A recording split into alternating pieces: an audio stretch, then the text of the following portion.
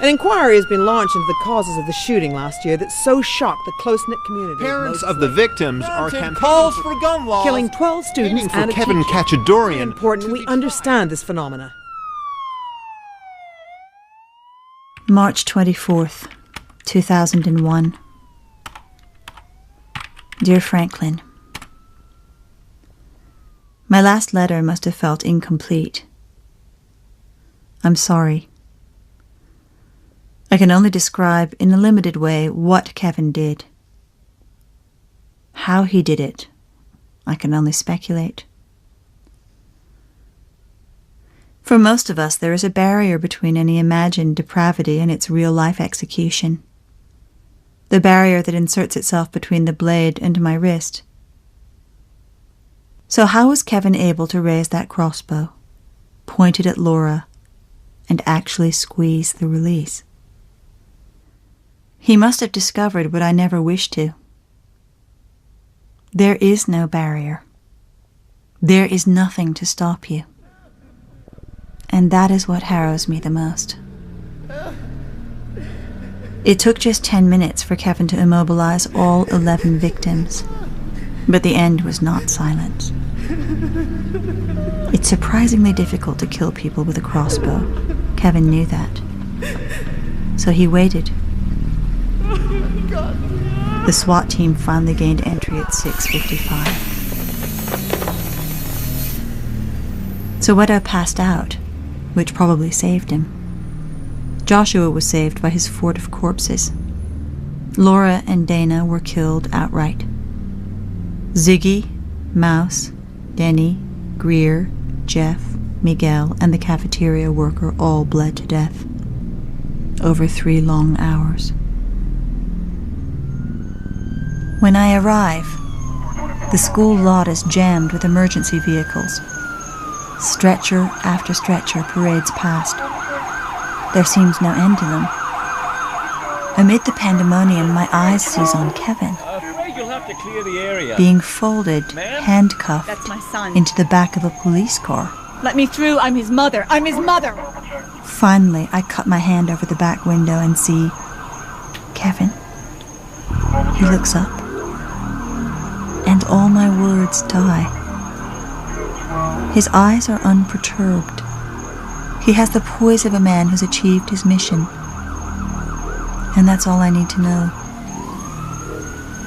Yet, it seems to me now he was searching for something in my face. He looked very carefully.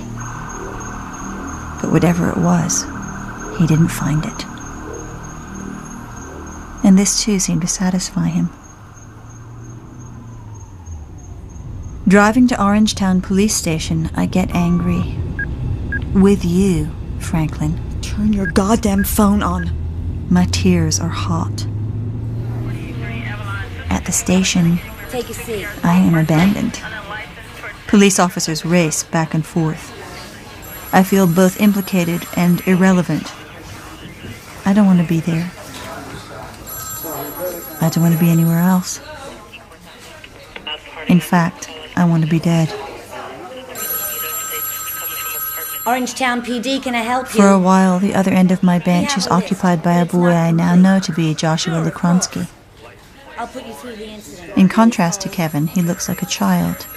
Orangetown PD, can I... His shoulders are hunched, Sorry, I can't disclose... hands shoved in his lap. He is drenched in blood. Not his own, it turns out. A plump woman flies through the door and lifts him into her arms. His fists slowly uncurl around her shoulders. The small face buries in her ample neck. I love you so much, she says. Thank God you're all right. They are ushered deeper into the building, and I am deserted.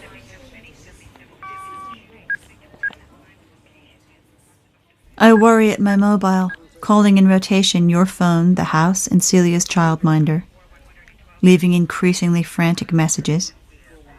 Don't any of you watch the news? Finally, 2 officers take my statement. For the first time, I hear what my son is accused of. How does Kevin do at school? Their questions are so... How was he this morning? immaterial. Where might your son have got a crossbow? From his father for Christmas. I have a daughter, a little girl. At home. We can take a full statement another time, but Kevin's going to have to stay in custody. Would you like to see him? No.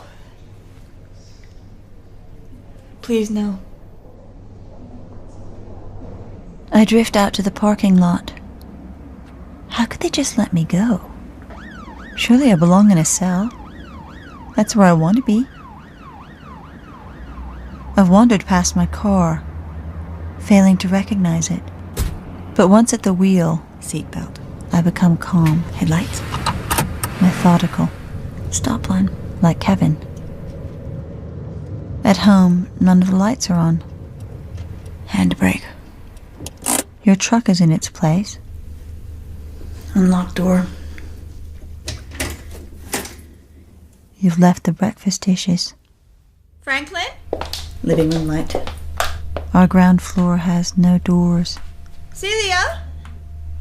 I can see at a glance it is empty. Upstairs. Celia's bedroom. Our bedroom. Your watch on the nightstand. Where are you? There is something here I can't see. A burglar. A stranger.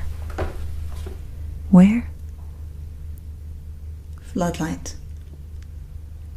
I keep my hand on the switch a good 30 seconds.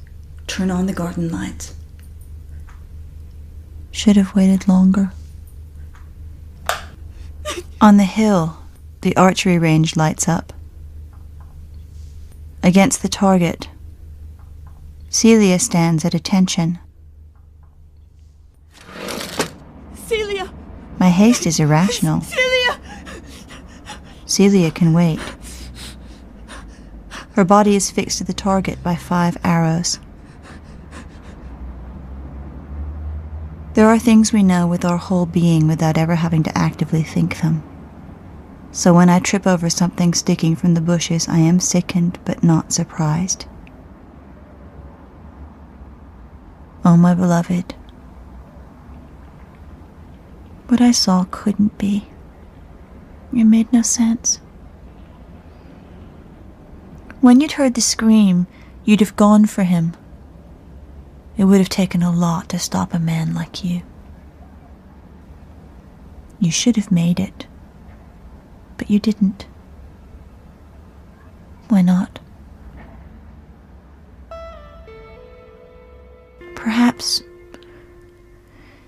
you simply didn't believe what you saw. Your own son sighting you down his crossbow. Impossible. You hesitated. Just long enough.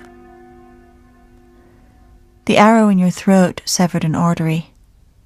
The 3 other arrows, chest, groin, thigh, those were just to be on the safe side touches. Perhaps you tried to fight, but Celia was dead and it wasn't in you to save yourself. Lying on the blood-blackened grass, open-eyed in the rain, your expression was so disappointed. Eva.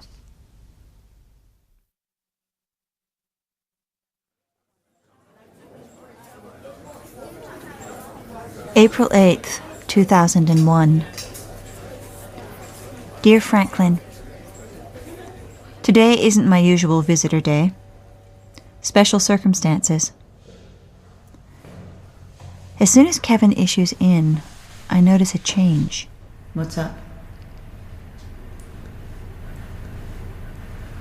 I'm 18 in 3 days.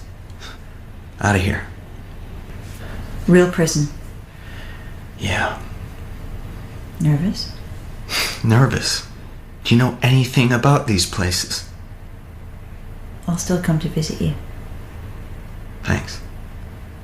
I was hoping you would. I saw you on TV. Oh, that was filmed a while ago. I was into a thing. Yes, I didn't have much time for the thing. But you were very articulate. Now all you need is something to say.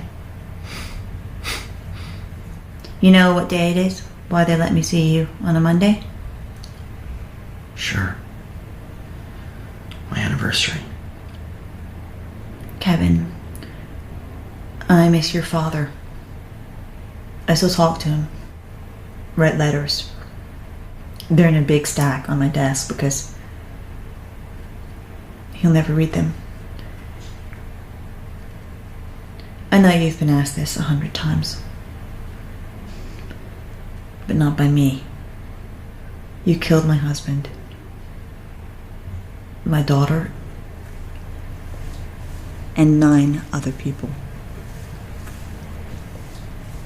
Tell me why. I used to think I knew. Now I'm not so sure. I extend my hand across the table and clasp his. Thank you. He doesn't pull away. When I hug him goodbye, he clings as he never had in childhood. He mumbles something into my collar. I take the risk that I'd heard correctly. I'm sorry too, Kevin. I'm sorry too. I have written 30 letters. I've painfully reconstructed the past, piece by piece, to answer one question. Was Thursday my fault? And after all this, Franklin, I still have no idea. But ignorance has become a kind of solace. What difference does it make? If I arrived at the right answer, would you come home? This is all I know. On the 11th of April, 1983, I gave birth to a son and felt nothing. He shrank from me in distaste, and I spurned him. Since that moment, we have fought one another with a ferocity I can almost admire. But after 18 years, I am finally too exhausted, too confused, and too lonely to keep fighting, so I love my son. He has 5 grim years to serve in an adult penitentiary, and who knows what will walk out the other side. But there is a second bedroom in my apartment. A copy of Robin Hood lies on the bookshelf. And the sheets are clean. Forever your loving wife, Eva.